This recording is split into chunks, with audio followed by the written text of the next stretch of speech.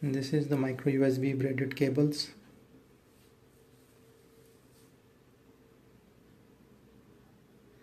It's two set, two different length, same quality.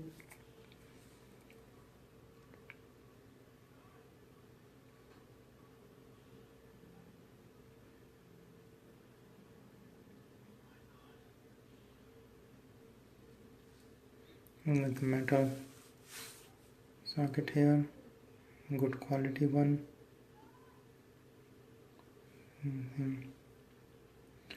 Taking less space, a little bit flat, but round thick cable, braided one.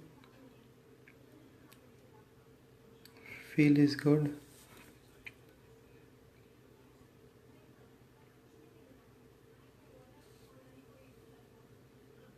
This is the plastic one at the back. The braid and the nylon quality is good.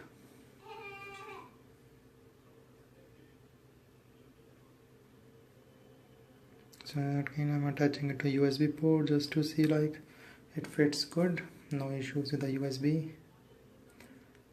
And that other part is gone into the mobile.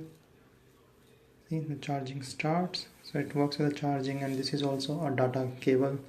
I check it with the laptop, and then it can be used to transfer the data as well.